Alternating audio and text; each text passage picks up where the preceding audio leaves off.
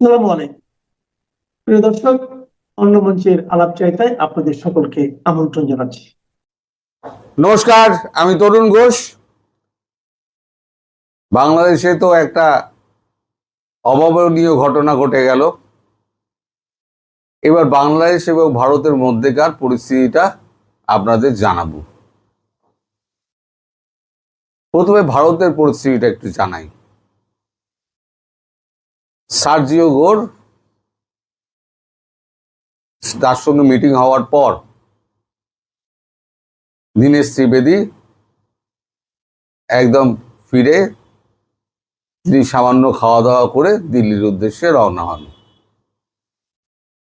গতকাল রাতে আমাদের এখানে একটা কিচেন ক্যাবিনেট বৈঠক হয়েছে। সেখানে উপস্থিত ছিলেন নরেন্দ্র মোদী, অমিত শাহ, রাজনাথ সিং, অজিত দোভাল আর আমাদের দীনেশ ত্রিবেদী প্রত্যেকেই উপস্থিত ছিলেন। আর নির্মলা সীতারামন, তিনিও ফিনান্স মিনিস্টার, তিনিও আছেন এর মধ্যে। তো সেখানে দীনেশ ত্রিবেদী পুরো বাংলাদেশে মানে এর বৈঠকটা, সার্জিও ঘোরের সঙ্গে বৈঠকটা মর্মার্থ পুরোটা তুলে ধরেন। এবং সেখানে তিনি একটা কথা বলেন যে এই যে ব্রিক্স সম্মেলন হচ্ছে, তাতে যে আমরা যে চিঠিটা পাঠিয়েছি সেখানে নাকি আমরা তারেক রহমানকে প্রধানমন্ত্রী হিসেবে উল্লেখ করিনি বলে ওরা একটা খুঁত ধরে বসে আছে। তখন অমিত শাহ বলেন যে ভারতের হয়ে প্রধানমন্ত্রী নরেন্দ্র মোদী স্বয়ং যে শুভেচ্ছা পত্রটি পাঠিয়েছিলেন এবং শোকবার্তা পাঠিয়েছিলেন, তার কি ধন্যবাদ সূচক একটা পত্র বাংলাদেশ থেকে এসছে? এই সৌজন্যতা বোধ না বাংলাদেশের প্রধানমন্ত্রীর আছে, না বাংলাদেশের যারা নেতা আছে এখন ক্ষমতায় তাদের আছে। এখন ভারতকে যদি কেউ দুর্বল মনে করে তাহলে ভুল করবে। ভারতের সহনশীলতাকে দুর্বলতা ভাবার কোনো কারণ নেই। आप जो दिखाएगा मैं उसको उन्हीं के भाषा में जवाब दूंगा। মানে যে যেরকম দেখাবে আমি সেই ভাষাতেই জবাব দেব। তাই তিনি প্রধানমন্ত্রী হিসেবে তার নামটা উল্লেখ করেননি। কারণ তুমি তো আমাকে সৌজন্য দেখাওনি, আমি কেন বারবার সৌজন্য দেখাতে যাব? এর পরের ব্রেকিং নিউজটা হলো, এরপরে যা কথাবার্তা হয়েছে আমি সব জানতে পারিনি। এরপরে যে ব্রেকিং নিউজটা হলো, আজকে সকালবেলা দীনেশ ত্রিবেদী সোজা চলে যান শেখ হাসিনার কাছে। মোদিজি মানে নির্দেশেই গিয়ে সেখানে তিনি পুরো অবস্থাটার ব্যাখ্যা করেন এবং 40 মিনিট ধরে তাদের মধ্যে কথাবার্তা হয়। খুঁটিনাটি প্রত্যেকটি জিনিস খুঁটিয়ে খুঁটিয়ে শেখ হাসিনা জেনেছেন কারা কারা বৈঠকে এসেছিল, বৈঠকটা বাতিল হলো কেন, মানে এই এটা মানে আপনার নৈশভোজ বাতিল হলো কেন, তারেক রহমানের সরকারের এখন কি অবস্থা, তারা কোনো বিবৃতি দিচ্ছে কিনা, এই নিয়ে নানান প্রশ্ন করেছেন। মিটিংটা চললে 40 মিনিট, অর্থাৎ যে ঘটনাবলী বাংলাদেশে ঘটে গেল সেটার পুঙ্খানুপুঙ্খ রিপোর্ট কিন্তু চলে গেছে শেখ হাসিনার কাছে। উল্টো দিকে সার্জিও ঘোর তিনি দিল্লি ফিরে এসছেন। এখন দিল্লি ফিরে আসার পর যিনি কথায় কথায় ডোনাল্ড ট্রাম্প প্রেসিডেন্টকে ফোন করেন, এত বড় একটা ঘটনা হওয়ার পর তিনি কি প্রেসিডেন্টকে জানাননি? নিশ্চয়ই জানিয়েছেন। এখন ডোনাল্ড ট্রাম্প তিনি তার হিসেবে চলছেন যে চীনকে দূরে রাখতে গেলে ভারতের সঙ্গে সুসম্পর্ক গড়তেই হবে। না হলে পরে আমাদের পরে মুশকিল আছে।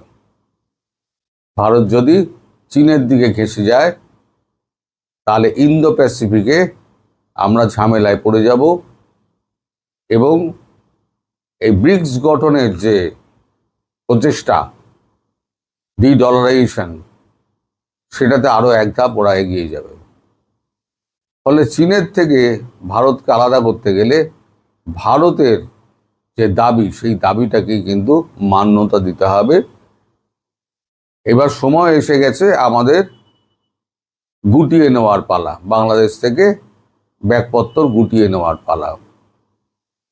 শেখ হাসিনাকে আমরা ঢুকিয়ে দেব, তারপর শেখ হাসিনা ওখানে বুঝে নেবেন কি করবেন না করবেন, আমরা তীক্ষ্ণ নজরটা রাখবো, এইটুকু আমাদের কর্তব্য। অর্থাৎ শেখ হাসিনার ফেরাটা এবার নিশ্চিত হয়ে গেল, অন্তত ট্রাম্পের কথাতে। এখন এই কথাটা আমরা জানলাম কি করে? এই কথাটা স্বয়ং সার্জিও গোর তিনি জানিয়েছেন আমাদের বিদেশমন্ত্রী ডক্টর জয়শঙ্করকে। ডক্টর জয়শঙ্কর মারফত এই খবরটাই ছড়িয়ে গেছে। তিনি কোনো প্রেস কনফারেন্স করেননি, বলে না খবর ছড়িয়ে যায়, খবর থাকে না, চাপা থাকে না। এবার আসি উল্টো দিকে বাংলাদেশের কথা। সার্জিও গোর ফিরে যাওয়ার পর এখন থরহরি কম্প লেগে গেছে। মানে কে কোথায় কি বলবে না বলবে ঠিক করতে পারছে না। জামাত এবং এনসিপি তারা বিএনপিকে দোষারোপ করছে, যেটা এটা চক্রান্ত। যদি আমাদের এভাবে অপমান করা হতো তাহলে পরে আমাদের আগেই বলে দিত, আমরা যেতাম না নৈশ বোঝে। খলিলুর রহমান আমাদের সঙ্গে চক্রান্ত করেছে ভারতের নির্দেশে, সবকিছু ভারতের নির্দেশে হচ্ছে আর কি। কিন্তু তারেক রহমানের সরকারের পক্ষে যিনি সব ব্যাপারে পটার পটার করেন, এই সালাউদ্দিন সাহেব, তিনি অন্তত এই বিষয়ে এখনো পর্যন্ত কোনো কথা বলেননি। এখন আপনাদের আমি দুটো ছবি দেখাবো। দুটো ছবি, বলে না ছবি অনেক কথা বলে দেয়। দুটো ছবি, প্রথমটা দেখুন, দীনেশ ত্রিবেদীর সঙ্গে সার্জিও গোরের যে বৈঠক শেষে যে মিটিংটা হয় বা বৈঠকের আগে যে মিটিংটা হয়, সেই মিটিংয়ে আপনার চেহারা দেখুন, দুজনের বডি ল্যাঙ্গুয়েজ দেখুন। সার্জিও গোর রিল্যাক্সড এবং অত্যন্ত বন্ধুত্ব সুলভ একটা হাসি আসছেন, দীনেশ ত্রিবেদীও তাই। এই ছবিটা বলে দিচ্ছে যে এনাদের মধ্যে কতটা সুন্দর আলাপ হয়েছে। আমার মনে হয় ছবিটা বৈঠকের পরেই তোলা। উল্টো দিকে আমি আর একটা ছবি দেখাচ্ছি। এই ছবিটা হচ্ছে তারেক রহমানের সঙ্গে মিটিং এর পর সার্জিও গোরের সঙ্গে তোলা ছবিটায় আপনি দেখুন সার্জিও গোরের মুখটা এবং তারেক রহমানের মুখটা। তারেক রহমানের দেতো হাসি হাসছেন বটে, কিন্তু সার্জিও গোরের মুখটা থমথমে। অর্থাৎ তিনি যে একেবারেই সন্তুষ্ট নন, এই ছবি কিন্তু পরিষ্কার বলে দিচ্ছে। ছবি কিন্তু কখনো মিথ্যে কথা বলে না। এদিকে আমাদের রণদীপ জয়সওয়াল, তার একটা ফটো কার্ড আমি জুড়ে দিচ্ছি, সেখানে দেখুন তিনি কি বলছেন। আবার আমাদের যিনি অজিত দোভাল আছেন এনএসএ, অজিত দোভাল কিন্তু আবার এটা কথা বলেছেন। আমি সেটারও ফটো কার্ড আপনাদের আমি দিয়ে দিচ্ছি। দেখুন, তার নিরাপত্তা সংক্রান্ত ব্যাপারে কোনো রকম আপোষ ভারত করবে না, এই ধরনের একটা কথা তিনি বলেছেন। সরকার যে ভয়ে কাঁপছে তার একটা ছোট ভিডিও আমি কর্নারে চালিয়ে দিচ্ছি, আপনারা দেখুন।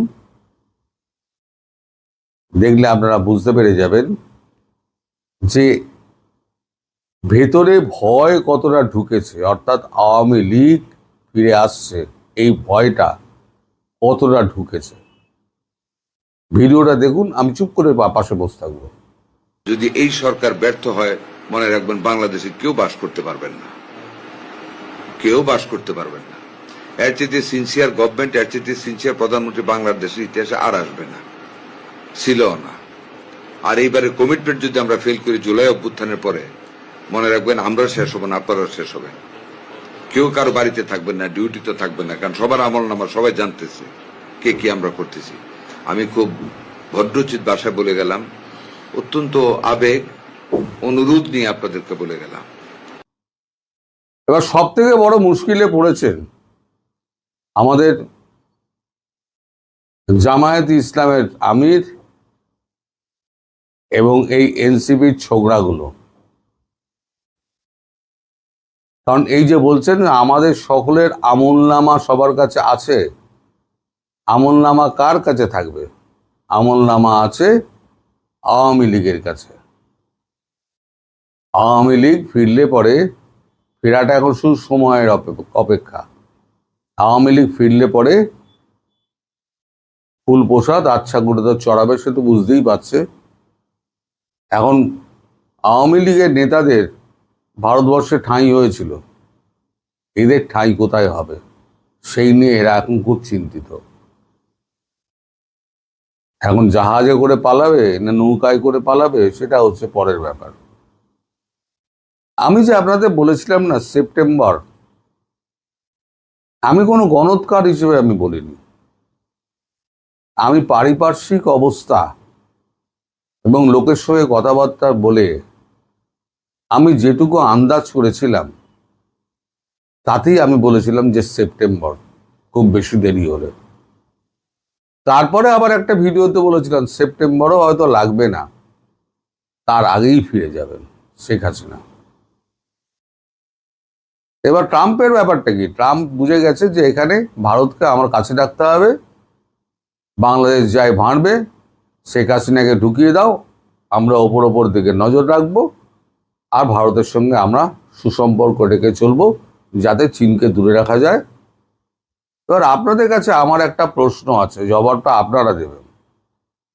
এই যে 12-13 সেপ্টেম্বর সেটা নিয়ে এত ধুয়ো তুলছেন যে প্রধানমন্ত্রী হিসেবে জানানো হয়নি, অমুক হয়নি, তমুক হয়নি, উনি না এসে দেখান। তারেক রহমান ভারতবর্ষে 12-13 সেপ্টেম্বর ব্রিক্সের যে মিটিং আছে সেই মিটিং অ্যাটেন্ড না করে দেখান। এটা আমারও চ্যালেঞ্জ রইল।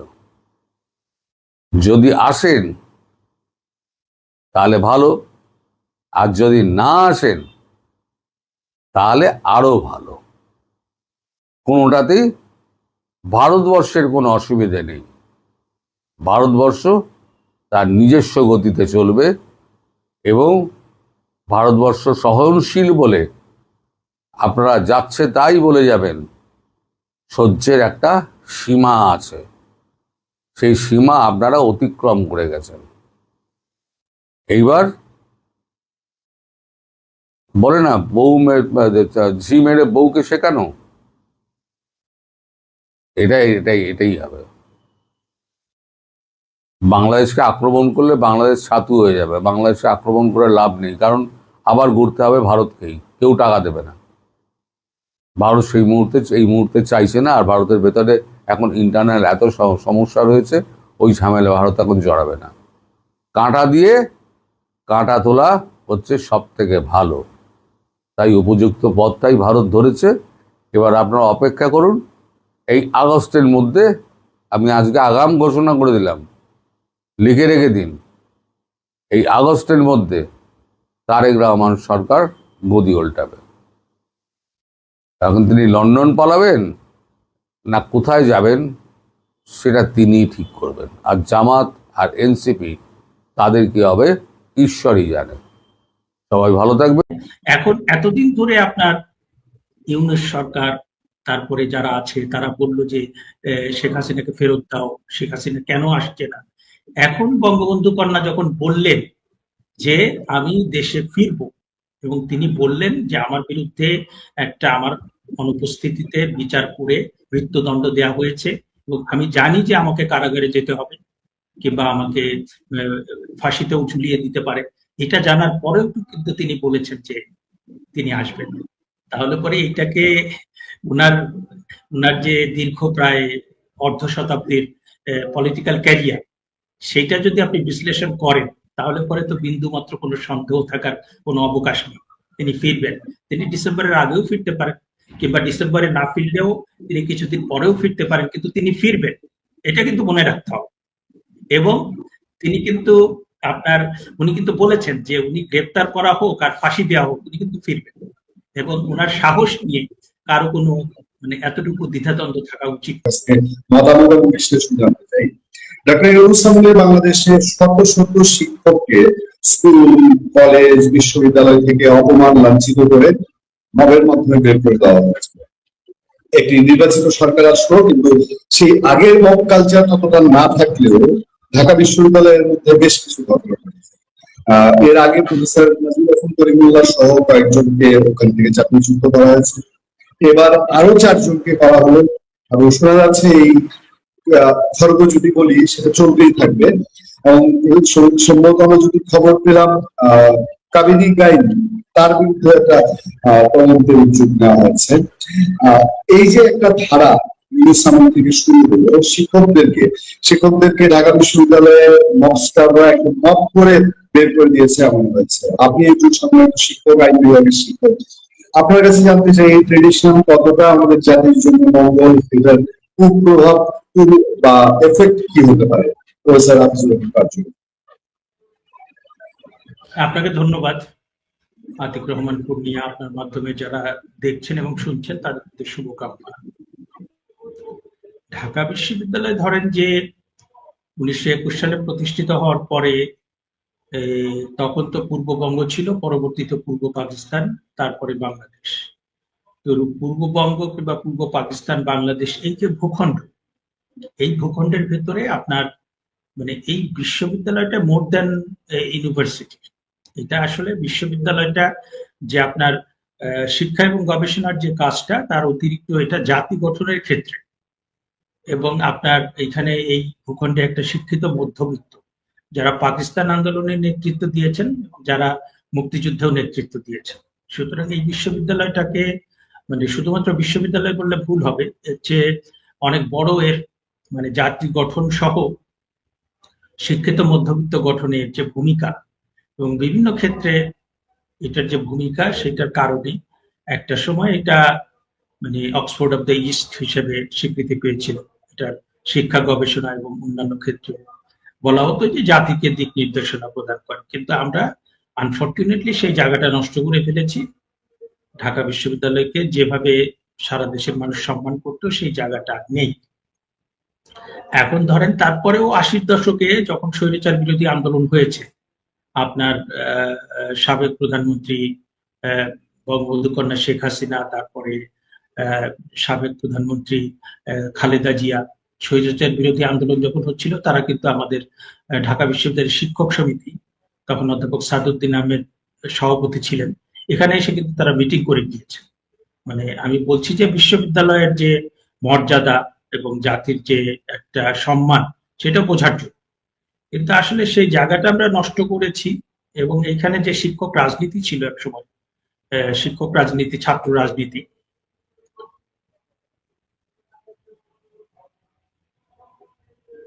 সমস্যা জি না সমস্যা আচ্ছা, না না এখানে যে শিক্ষক রাজনীতি, ছাত্র রাজনীতি ছিল, সেটার একটা ইতিবাচক গঠনমূলক একটা ভূমিকা ছিল এবং সারা দেশকে সেটা দিক নির্দেশনা দিত। সেই জায়গাটা আর নেই, সেই জায়গাটা আর নেই। এবং এখানে ছাত্র রাজনীতি, শিক্ষক রাজনীতি দলীয় বৃত্তে সেটা যেভাবে বৃত্তাবদ্ধ হয়েছে, মানে সেই রাজনীতির সেই জায়গাটা আসলে ঢাকা বিশ্ববিদ্যালয়ের কাছ থেকে আমি ব্যক্তিগতভাবে প্রত্যাশা করি না। মানে যে কোনো শিক্ষক, যে কোনো ছাত্র তার যে আদর্শিক জায়গা থেকে রাজনীতি করতে পারে, কিন্তু বিশ্ববিদ্যালয়কে বৃহত্তর অর্থে কোনো একটা নির্দিষ্ট প্যারোকিয়াল পলিটিক্যাল বৃত্তাবদ্ধ করে ফেলা আমি ঠিক মানে সেটা আমার কাছে পছন্দ হয় না, কিংবা সেটা বিশ্ববিদ্যালয়ের সাথে মানানসইও নয়। এখন যেটা হয়েছে দীর্ঘদিন ধরে, যে এখানে কিছু সাদা দল আছে, নীল দল আছে, গোলাপি দল ছিল, এখন সেটা নাই। তো সাদা দলকে যেটা বলা হয় যে আপনার তারা বিএনপি এবং জামাতপন্থী শিক্ষকদের দল, আর নীল দল যেটা সেটা ৮০-৯০ দশকেও কিন্তু সেটাকে বলা হতো মুক্তিযুদ্ধের পক্ষের একটা দল। এবং সেখানে শুধু আওয়ামী লীগের সমর্থক না, যেখানে বাম ঘরানার কিংবা অন্য কোনো আদর্শের যারা মুক্তিযুদ্ধের চেতনাকে ধারণ করেন তাদেরকে তাদের তাদের সেই শিক্ষকদের সংগঠন। কিন্তু আস্তে আস্তে আসলে এটা আসলে দলীয় বৃত্তে চলে গিয়েছে। এখন বড় দাগে যেটা বলে যে সাদা দল বিএনপি পন্থী শিক্ষকদের দল, আর নীল দল হচ্ছে আওয়ামী লীগ পন্থী শিক্ষকদের দল। এখন সম্প্রতি ধরেন নীল দলের প্রতি নীল দল নিষিদ্ধ করার যে বিষয়টা এসছে, মানে আমি ব্যক্তিগতভাবে মনে করি যে আমাদের বর্তমান যে উপাচার্য, মাননীয় উপাচার্য ডক্টর ওবায়দুল ইসলাম, তারপরে দুইজন একজন সহ উপাচার্য শিক্ষা, সহ উপাচার্য প্রশাসন, তারা তো যথেষ্ট মানে তারা পলিটিক্যাল, তাদেরকে যথেষ্ট পরিপক্কই আমি মনে করি। তারা একটা রাজনৈতিক প্রক্রিয়ার মধ্য দিয়ে এসছেন। কিন্তু সম্প্রতি প্রথমে 231 জন শিক্ষককে তালিকাবদ্ধ করা, তারপরে 125 জনের একটা তালিকা দেওয়া এবং নীল দলকে নিষিদ্ধ করার যে বিষয়টা এসছে, আইদার আমার কাছে মনে হয় যে উনারা যথেষ্ট সময় দিয়ে বিষয়টা চিন্তা করেননি, কিংবা দে আর মিসগাইডেড। কারণ প্রথমত সমস্যা হচ্ছে যে যখন আপনি বলছেন মানে university is going to ban blue panel, তখন কিন্তু এটা আপনার মানে একটা অস্বাভাবিক একটা বিষয়, মানে এটা কিন্তু একটা হাস্যকর বিষয় হয়ে যাবে। কারণ নীল দল সাদা দল এটা কিন্তু ঢাকা বিশ্ববিদ্যালয়ের রেজিস্টার্ড কোনো দল না। আপনি যেমন একটা রাজনৈতিক দল, সেখানে যেমন আপনার নির্বাচন কমিশনে নিবন্ধন করতে হয়, অনেকগুলো প্রসিডিউর আছে, এটা ঢাকা বিশ্ববিদ্যালয়ের শিক্ষকদের আদর্শিক দল।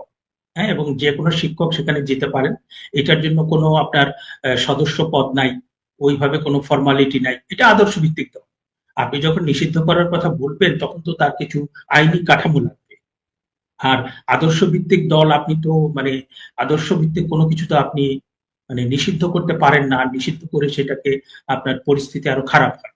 সেটা আপনি কোনো মানে সেটা আপনি যদি কোনো কারণে সেটা নিষিদ্ধ করতে চান, কিংবা দেশের ভিতরে একমাত্র কোনো সংগঠন, শিক্ষকদের দল হোক, ছাত্রদের দল হোক, কৃষকদের দল হোক, রাজনৈতিক দল হোক, যে কোনো ধরনের দল, এই দলটাকে আপনি নিষিদ্ধ করতে পারেন তখনই যদি সেটা সন্ত্রাসী সংগঠন হয়।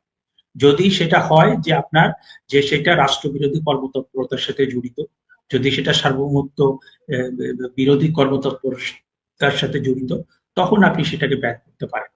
কিন্তু আপনার মানে এই ধরনের কর্মকাণ্ড, যে আপনার যে বিষয়টা হয়েছে 231 জন শিক্ষক, তারপরে 125 জন শিক্ষক, তাদেরকে যে মানে আরো আগে থেকে 5ই আগস্টের পর থেকে আপনার যেটা হয়েছে প্রায় 100-র মতো শিক্ষক, তাদেরকে ছাত্রদের, ছাত্রছাত্রীদের, শিক্ষার্থীদের, এবং এখানে বলে রাখি যে আমি মনে করি 80-90% শিক্ষার্থী মানে তারা এগুলোর সাথে জড়িত। এটা নির্দিষ্ট, আমি ব্যক্তিগতভাবে আমি যতটুকু বুঝতে পেরেছি, খোঁজ খবর নিয়ে যেটা জেনেছি, মুক্তিযুদ্ধ বিরোধী যে লোকজন, মুক্তিযুদ্ধ বিরোধী যে সমস্ত মানে উগ্রবাদী যারা আমরা দেখতে পেয়েছি, যে আপনার বাংলাদেশের সংবিধানকে কবর দিতে চায়, তারপরে বাংলাদেশ মুক্তিযুদ্ধের বাংলাদেশটাকে একদম কবর দিয়ে দিতে চায়, মানে তাদের মাথা থেকে এই সমস্ত উদ্ভট চিন্তা এবং একটা মানে বিশ্ববিদ্যালয়কে নষ্ট করা, ধ্বংস করে দেওয়া, বাংলাদেশটাকে ধ্বংস করে দেওয়া, তাদের মাথা থেকে এই জিনিসগুলো এসছে।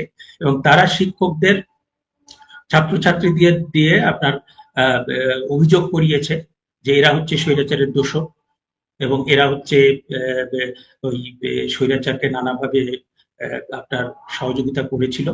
এরা ছাত্রছাত্রীদের যে আন্দোলন, সেই আন্দোলনকে তারা বিভ্রান্ত করেছিল, তাই সেই জুলাই আগস্টের যে আন্দোলন তার বিপক্ষে তারা অবস্থান নিয়েছিল। কিন্তু এই যে আপনি একটা ট্যাগ দিচ্ছেন যে স্বৈরাচারের দোষর কিংবা তারা অমুক আন্দোলনের বিপক্ষে অবস্থান নিয়েছিল, আপনি এটা সামাজিকভাবে বলতে পারেন, নৈতিকভাবে বলতে পারেন, রাজনৈতিকভাবেও বলতে পারেন, কিন্তু আপনি একাডেমিক কোনো সিদ্ধান্ত যদি কারো কোনো শিক্ষক কিংবা কর্মকর্তা কর্মচারী ছাত্রের বিরুদ্ধে একাডেমিক কোনো সিদ্ধান্ত নিতে হলে আপনার 1973 সালের যে আইন, সেই আইনে যেতে হবে। সেই আইনে যদি সে কোনো ডিসিপ্লিন লঙ্ঘন করে, সেই আইনের কোনো ধারা যদি লঙ্ঘিত হয়, কিংবা আপনি যদি প্রচলিত দেশের ভেতরে যে প্রচলিত আইন, তো আপনি মানে যে কোনো নাগরিক, শুধুমাত্র শিক্ষক না, আপনি সেটা পুলিশ কর্মকর্তা হোক, সেটা সামরিক বাহিনীর ভিতরে হোক, কিংবা আপনার সাংবাদিক হোক, কারণ আমরা 5ই আগস্টের পরে একটা অ্যাবনর্মাল পরিস্থিতি দেখলাম যে আপনার রেজিম চেঞ্জ নানা রকম হয়েছে, বিভিন্ন সময় আন্দোলন হয়েছে, সরকার পতন হয়েছে, কিন্তু তারপরে একটা নির্দিষ্ট ট্যাগ দিয়ে যে এ ওর দোষর ছিল, ও ওর দোষর ছিল, এত এত মানুষকে বহিষ্কার করা হয়েছে, পদ থেকে বাধ্য করা হয়েছে, দেশের ভিতরে মনে হচ্ছে যে একটা দম বন্ধ করা অবস্থা, একটা ট্যাগ, মানে আপনি সবকিছুতে একটা নির্দিষ্ট প্রক্রিয়া থাকবে। যদি কোনো ব্যক্তি আপনার একাডেমিক ডিসিপ্লিন লঙ্ঘন করে, যদি কোনো ব্যক্তি 1973 সালের আইন ভঙ্গ করে, আপনি তার বিরুদ্ধে অভিযোগটা আনবেন যে আপনার বিরুদ্ধে এই অভিযোগ আছে, সুতরাং আপনি আত্মপক্ষ সমর্থন করেন। আত্মপক্ষ সমর্থন করার পরে আপনার ফ্যাক্ট ফাইন্ডিং কমিটি গঠিত হবে। হ্যাঁ, তারপরে তারা দেখবে যে আসলে অভিযোগটা সত্যি কিনা। তারপরে আপনার এখানে মানে বিভিন্ন আমাদের 1973 সালের যে আদেশ, সেখানে আপনার ট্রাইব্যুনালের বিধান আছে, একটা প্রক্রিয়ার মধ্য দিয়ে তাকে আপনি ব্যবস্থা নিতে পারবেন। কিন্তু এই যে আপনার মানে ঢালাও ভাবে এরা স্বৈরাচারের দোষর, এরা জুলাই আগস্টের আন্দোলনের বিপক্ষে অবস্থান নিয়েছিল, এই যে এই সমস্ত কথা বলি, হ্যাঁ, আপনার কিছু কিছু শিক্ষক যে আপনার জুলাই আগস্টের আন্দোলনের বিরুদ্ধে অবস্থান নেননি আমি তা বলছি, কিংবা কেউ কেউ যে সরকারের সমর্থন করেননি সেটাও আমি বলছি না। কিন্তু আপনি যদি কারো বিরুদ্ধে ব্যবস্থা নিতে চান, তাহলে পরে একটা নির্দিষ্ট প্রক্রিয়া অনুসরণ করে আপনাকে ব্যবস্থাটা নিতে হবে। আপনি ঢালাও ভাবে বলে দিলেন যে এ ওর দোষর, ও ওর দোষর, কিংবা এরা এই আন্দোলনের বিপক্ষে অবস্থান নিয়েছে। প্রথমত হচ্ছে যে আপনি আইন অনুযায়ী এটা পারেন না, আর দ্বিতীয়ত যে বাস্তব কথাটা, সেটা হচ্ছে আমি নিজে ব্যক্তিগতভাবে জানি যে যারা মুক্তিযুদ্ধের পক্ষের কিংবা আওয়ামী লীগের সমর্থক কিংবা বামপন্থী অনেক শিক্ষক, তারা কিন্তু মোটামুটি সবাই কোটা আন্দোলনকে সমর্থন করেছে। যে আপনার যে কোনো জায়গাতে আমাদের প্রশাসনিক কিংবা সরকারি চাকরিতে 55% কোটা থাকতে পারে না, এটা আমি তো অসংখ্য ইন্টারভিউতে বলেছি। এবং আমাদের যারা শিক্ষক তারা কিন্তু এটা অসংখ্য মানে বিভিন্ন জায়গাতে তারা তাদের ছাত্রছাত্রীদের সহযোগিতা করেছে।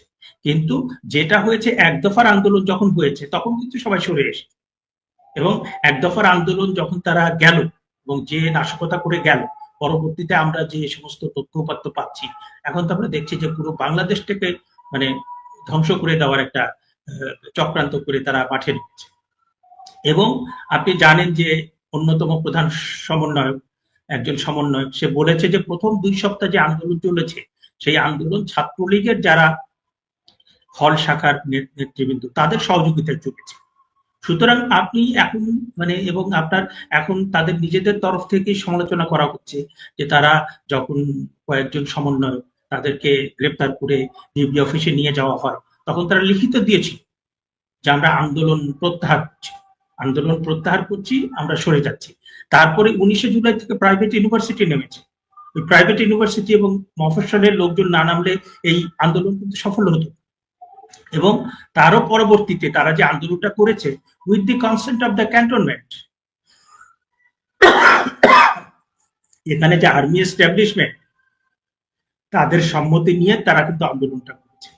এখন আন্দোলন সফল হওয়ার পরে তারা যে সমস্ত যা খুশি তাই করছে, আপনি শুধুমাত্র শিক্ষকদের ক্ষেত্রে না, আপনি সাংবাদিকদের ক্ষেত্রে দেখেন যে তাদেরকে গণহত্যার মামলা দেওয়া হয়েছে। 2-3 বছর ধরে এক একজন সাংবাদিক, কয়েকশো সাংবাদিক কাজ করতে পারছেন না। শিক্ষকদের আপনার প্রাইমারি লেভেলে, তারপর হায়ার সেকেন্ডারি লেভেলে, বিশ্ববিদ্যালয়ে এক অস্বস্তিকর অবস্থা। এবং আপনি পৃথিবীর কোথাও এইরকম পরিস্থিতি আপনি পাবেন না। এবং আমি মনে করি যে বিশ্ববিদ্যালয়ে যারা প্রশাসন তারা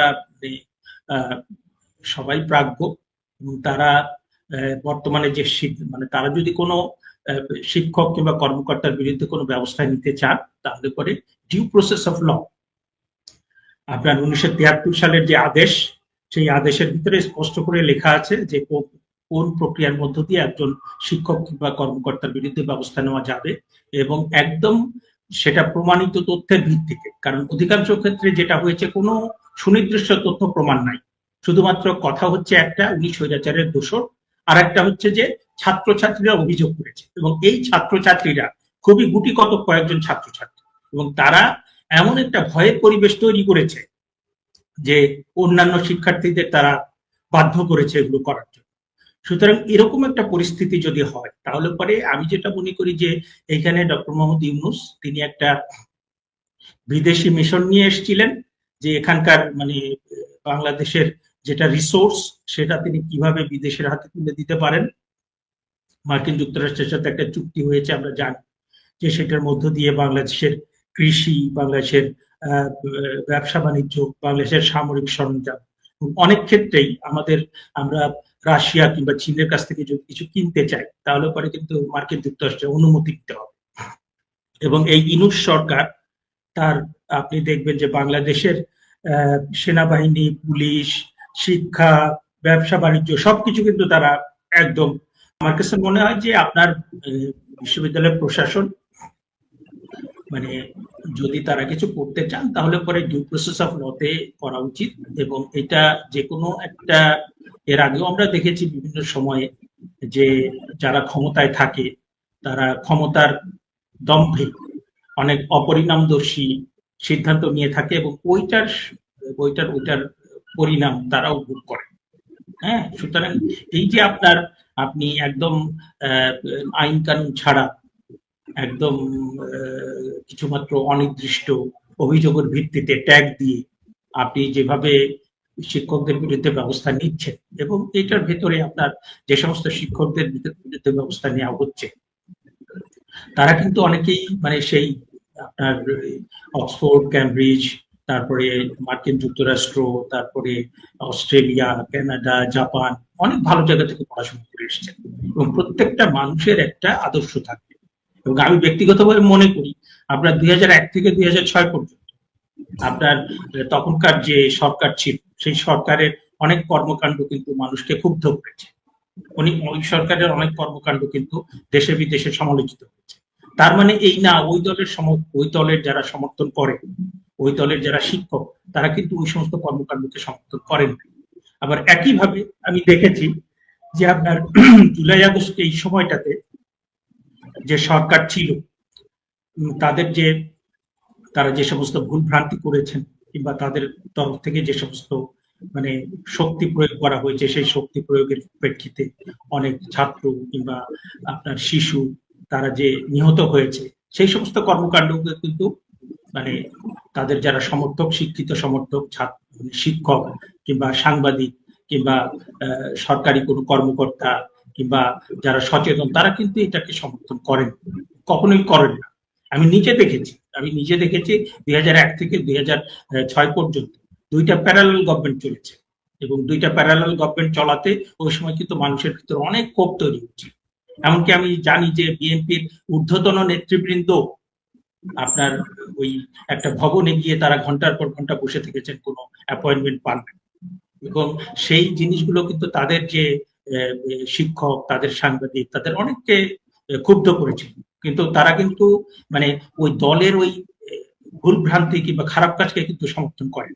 সুতরাং আজকে আপনি যে ট্যাগের রাজনীতি দিয়ে যে অস্থিরতা তৈরি করছেন এবং যে আতঙ্ক তৈরি করছেন, যে অন্যায় করছেন শিক্ষকদের উপরে, পুলিশ কর্মকর্তাদের উপরে, সাংবাদিকদের উপরে, সামরিক কর্মকর্তাদের উপরে, এবং পুরো সব জায়গাতে আপনি যে একটা অস্থিরতা তৈরি করেছেন, সেটার ফলাফল তো ভালো হবে না। পুরো বিষয়টাই একটা স্বচ্ছ এবং ভালো ধারণা পেলাম আপনার কাছ থেকে, আপনার পর্যালোচনা শুনলাম। এটা নিঃসন্দেহে দুঃখজনক, কারণ যা সমাজে আমরা আমাদের জেনারেশন দেখে এসেছি, শিক্ষকদের জায়গাটা একটা ভিন্ন জায়গা। সবকিছুর মধ্যে শিক্ষকদেরকে তার এই পুলিশের এসপির মতো, ডিসির মতো ক্ষমতা নাই, কিন্তু সমাজের তার চেয়েও বেশি সম্মানের জায়গায় থাকে শিক্ষকরা। তো এখন রাজনীতি পরিবর্তনের সাথে সাথে এরকম দুঃখজনক ঘটনা ঘটছে। আমি আরেকটা ডিফারেন্ট বিষয়ে আপনার কাছ থেকে পর্যবেক্ষণ জানতে চাই। মার্কিন প্রেসিডেন্ট ডোনাল্ড ট্রাম্পের বিশেষ দূত সার্জিও গোর বাংলাদেশে ঘুরে গেছেন, খুব আলোচনা হচ্ছে। আপনার পর্যবেক্ষণ জানতে চাই যে উনি কেন বাংলাদেশে বসে ভারতীয় হাই কমিশনের সাথে বৈঠক করলেন। আজকের জামাতও দেখলাম খুব রিয়েক্ট করেছে, যে জামাতের আমির বলছে যে এটা যদি সৌজন্য সাক্ষাৎ হয় তাহলে কিছু বলার নাই, কিন্তু যদি দুই দেশের বিষয় নিয়ে আলাপ হয়ে থাকে তাহলে এটা সরকারের সাথে হওয়া উচিত ছিল। আপনার কি মনে হয় সার্জিও গোরের এই বিশেষ সিগন্যাল? আমি যেটা মনে করি যে আপনার পুরো ইন্দো প্যাসিফিক যে রিজিয়ন এবং এশিয়ার একটা south Asia including south Asia, এখানে চীনের সাথে মার্কিন যুক্তরাষ্ট্রের একটা প্রতিদ্বন্দ্বিতা আছে, যে এখানে কার প্রভাব বলয় কতটা বিস্তৃত হবে। আমেরিকা সচেষ্ট তার প্রভাব বলয় বিস্তৃত করা, আবার চীন সচেষ্ট তার প্রভাব বলয় বিস্তৃত করা। এইটা নিয়ে আমরা দেখি যে তাদের ভিতরে সামরিক, নিরাপত্তা জড়িত, ব্যবসা বাণিজ্য, অনেক কিছু নিয়ে তাদের ভিতরে একটা প্রতিদ্বন্দ্বিতা আছে এবং সেটা নিয়ে তারা সবসময় তৎপর থাকে।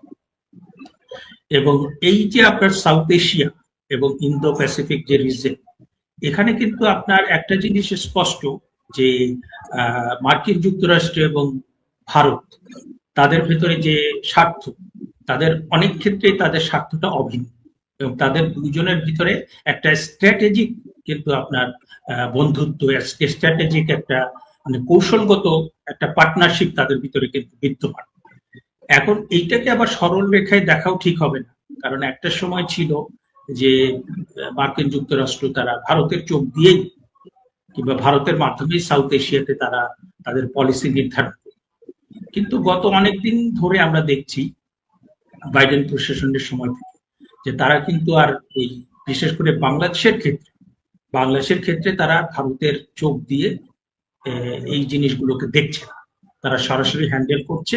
এবং সেই হ্যান্ডেল করার যে পরিণতি, সেটা হচ্ছে যে জুলাই আগস্টের যে কোটা আন্দোলন, সেটাকে আবার পরবর্তীতে সরকার পরিবর্তনের আন্দোলনে রূপ দেওয়া, এবং সেটার পেছনে $27 মিলিয়ন, তারপরে আরো ইউএসএইড এর অনেক ফান্ডিং এসছে, অনেক এনজিওর মাধ্যমে।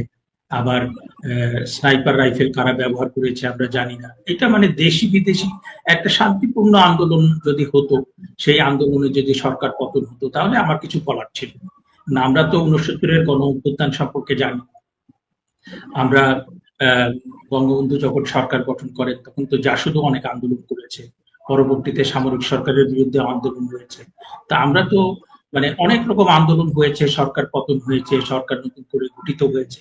কিন্তু এই ধরনের যে এত এত মানুষের মৃত্যু, স্নাইপার রাইফেলের ব্যবহার, বিদেশি ফান্ডিং এইভাবে আসা, মানে এই যে মানে এত রকম অ্যাবনর্মালিটি, প্রায় কয়েকশো পুলিশকে হত্যা করে ফেলা, এই ধরনের কোনো অ্যাবনর্মালিটি কিন্তু আমরা দেখিনি।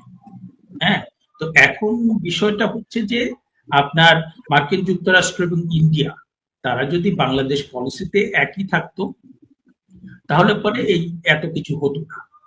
মার্কিন যুক্তরাষ্ট্র এবং ইন্ডিয়ার ভেতরে যেহেতু গ্যাপ হয়ে গিয়েছে, এবং মার্কিন যুক্তরাষ্ট্র ইন্ডিয়ার চোখ দিয়ে বাংলাদেশকে দেখতে চায়নি, তারা নিজেদের চোখ দিয়েই বাংলাদেশকে দেখেছে, এবং তারা নিজেরাই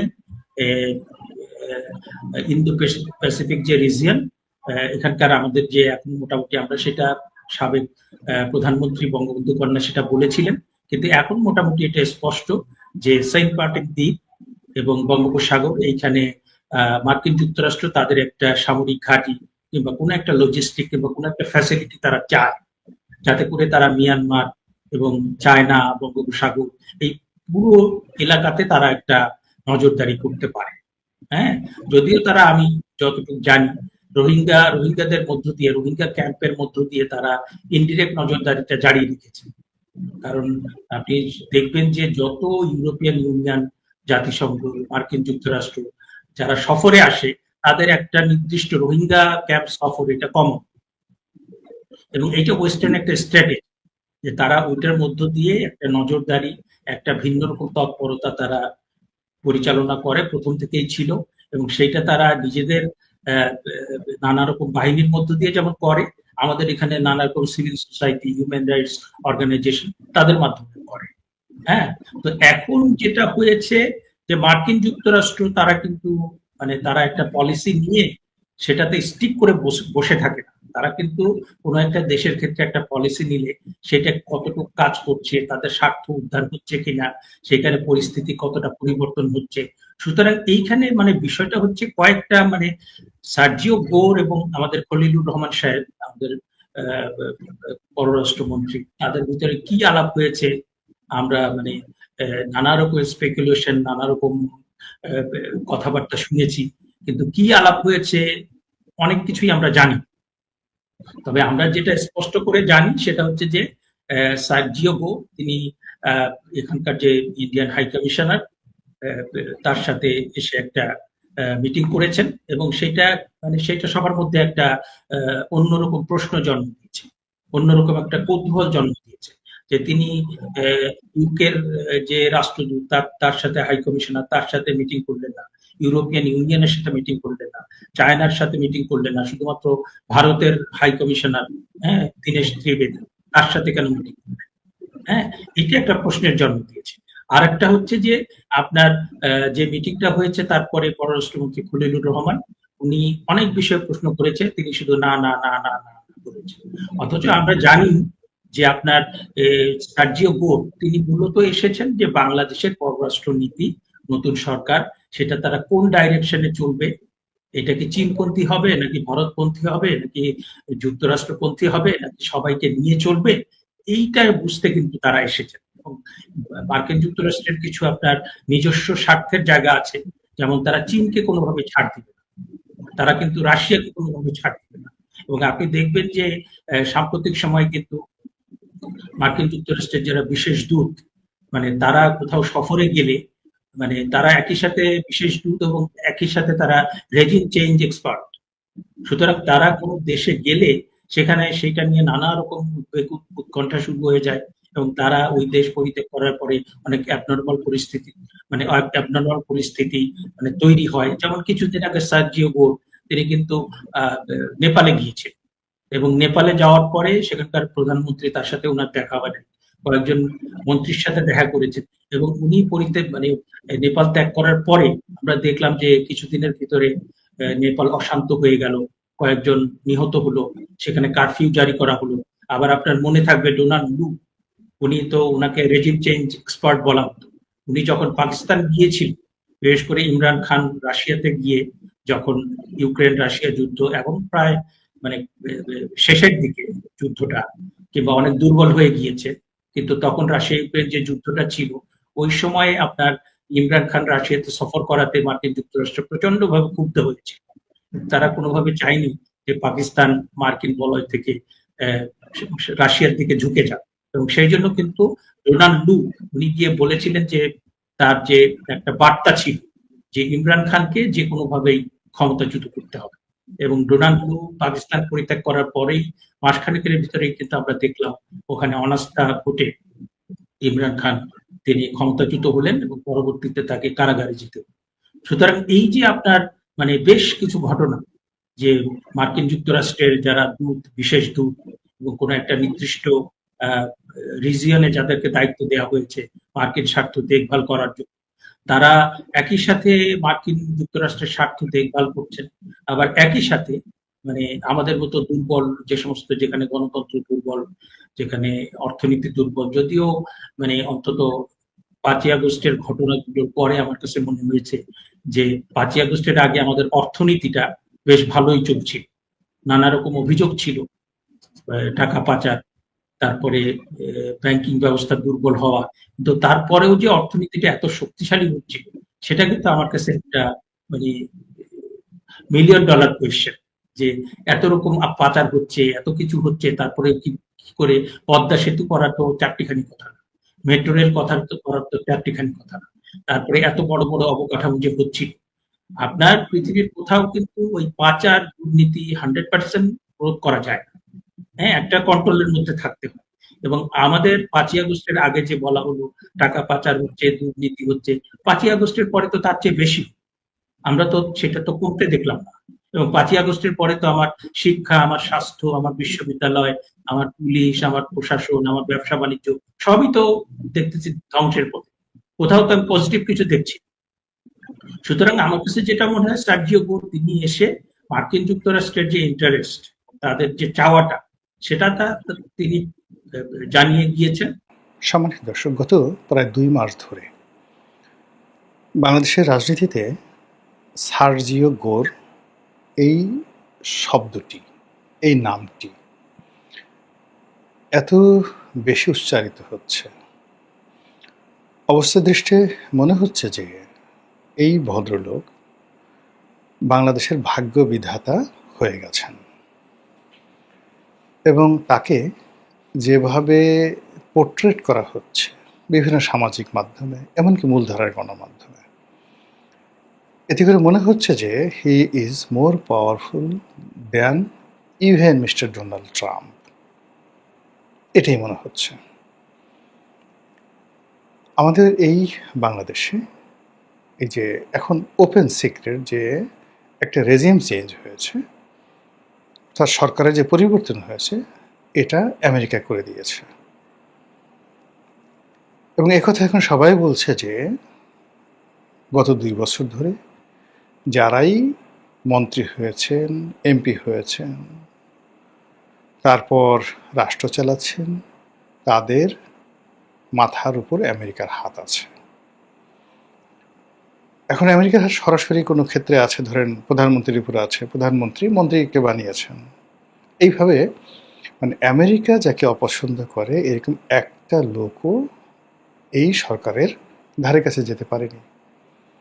এখন ফরহাদ মাজাহারের মতো মানুষ, তারা এখন প্রকাশ্যে এই আমেরিকার ডিপ স্টেট পলিসি, তাদের সাম্রাজ্যবাদ নীতি এবং তারা এই মুহূর্তে সরকারের উপর যে প্রভাব বিস্তার করছে, এই কথাগুলো প্রকাশ্যে বলছে, যদিও তারা ডক্টর মোহাম্মদ ইউনূসের জমানাতে এই কথাগুলো এভাবে বলেননি। তারা চেয়েছিলেন ইউনূসকে সাস্টেন করানোর জন্য, কিন্তু এখন তারা বলছেন যে আমরা যতই তাকে ভালো বলার চেষ্টা করেছি, কিন্তু আমেরিকা থেকে যেভাবে কল কাঠিয়ে নিয়েছেন সেভাবে ইউনূস আসলে অ্যাক্ট করেছেন বা রিঅ্যাক্ট করেছেন। আবার তারা এখন বলার চেষ্টা করছেন এই গ্রুপটি, জনাব ফরহাদ মাজাহার এবং তার সঙ্গে তার যারা ভক্ত মুরিদান রয়েছেন, তাদের বক্তব্য হলো জনাব তারেক রহমান সাহেব is a extended version or element of doctor Mohammad Yunus, nothing more. এটা ইউনূস প্লাস গভর্নমেন্ট, এটা আমেরিকা ডিপ স্টেট ভার্সন 2, এইভাবে তারা বলার চেষ্টা করছেন। তো সেই কারণে বারবার এই সার্জিও গোরের কথাগুলো আমাদের সামনে চলে আসছে। আর সার্জিও গোরের এই বক্তব্য সামনে আনার আগে আমাদের দেশে 2টো নাম, একটা হলো পিটার ডি হাস আর একটা হলো ডোনাল্ড লু।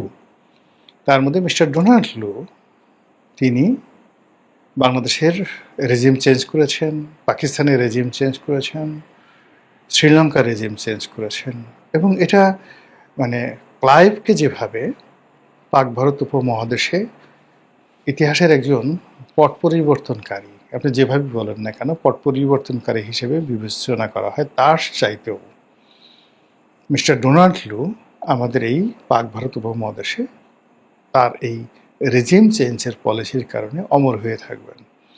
আপনি দেখেন পুরো মধ্যপ্রাচ্যের প্রথম মহাযুদ্ধের সময়টিতে অটোম্যানদের পতন, ওখানে ইংরেজদের রাজত্ব, ইউরোপীয়দের রাজত্ব, এবং আজকে এই যে প্রথম মহাযুদ্ধ থেকে আজকে যে পুরো ইউরোপ এবং আমেরিকা পুরো মধ্যপ্রাচ্য যে শোষণ করেছে, সেই শোষণের যে নায়ক, যিনি এই পুরো জিনিসটাকে কুক করেছেন, তিনি একজন কর্নেল ছিলেন ব্রিটিশ গোয়েন্দা সংস্থা MI6। আপনারা জানেন যে তাদের 2টো গোয়েন্দা সংস্থা রয়েছে, MI6 এবং MI5। দেশের মধ্যে যে গোয়েন্দা সংস্থাগুলো চালায় জাস্ট NSI এর মতো, সেটা হলো MI5, আর ঠিক CIA এবং রয়ের মতো দেশের বাইরে যে সকল অপারেশন চালায় সেটা হলো MI6। তো এরকম MI6 এর একজন কর্নেল, তিনি একেবারে 10 বছর মরুভূমিতে গিয়ে মরুভূমির একেবারে রীতিমতো হুজুর হয়ে গেলেন। মুসলমানের মধ্যে মিশে গেলেন এবং এত ভালো আরবি জানতেন যে বেদুইনরা, বড় বড় বেদুইন গোত্র, মানে তাদের সাথে তাদের সম্পর্কটা হয়ে গেল। আরও ডিটেলস মানে এখানে তার দুটো, একটা হলো তার এই কাহিনী নিয়ে একটা খুব বিখ্যাত, মানে যাকে বলে ব্লকবাস্টার একটা সিনেমা হয়েছে, দ্য লরেন্স অফ অ্যারাবিয়া, সেটা দেখতে পারেন। আর তার কাহিনী বর্ণনা করে বিখ্যাত রোড টু মক্কা একটা বিখ্যাত বই আছে। এই বইতে আবুল আসাদ, যিনি লেখক, তিনি এই চমৎকারভাবে লরেন্স অফ অ্যারাবিয়ার কাহিনী বর্ণনা করেছেন। তো এই লরেন্স অফ অ্যারাবিয়াকে নিয়ে যেভাবে চলচ্চিত্র হয়েছে, আগামীতে দেখবেন যে এই ডোনাল্ড লুকে নিয়ে এরকম চলচ্চিত্র হবে। একটা তিনটা গভর্নমেন্টকে রীতিমতো ফেলে দিয়েছে, চারটা গভর্নমেন্টকে, পাকিস্তান, শ্রীলঙ্কা, নেপাল, বাংলাদেশ, চারটা দেশের রেজিম চেঞ্জ করে ফেলেছে একজন লোক, ডোনাল্ড লু। It's not a matter of joke. তো এই কারণে কি হলো যে ডোনাল্ড লু একজন উপমন্ত্রীর পদমর্যাদা সম্পন্ন ছিলেন এবং প্রেসিডেন্টের সঙ্গে তার কোনো রিলেশন ছিল না, অর্থাৎ মিস্টার জো বাইডেনের সঙ্গে তার ওইরকম কোনো রিলেশন ছিল না আদার দ্যান ফর্মাল রিলেশন।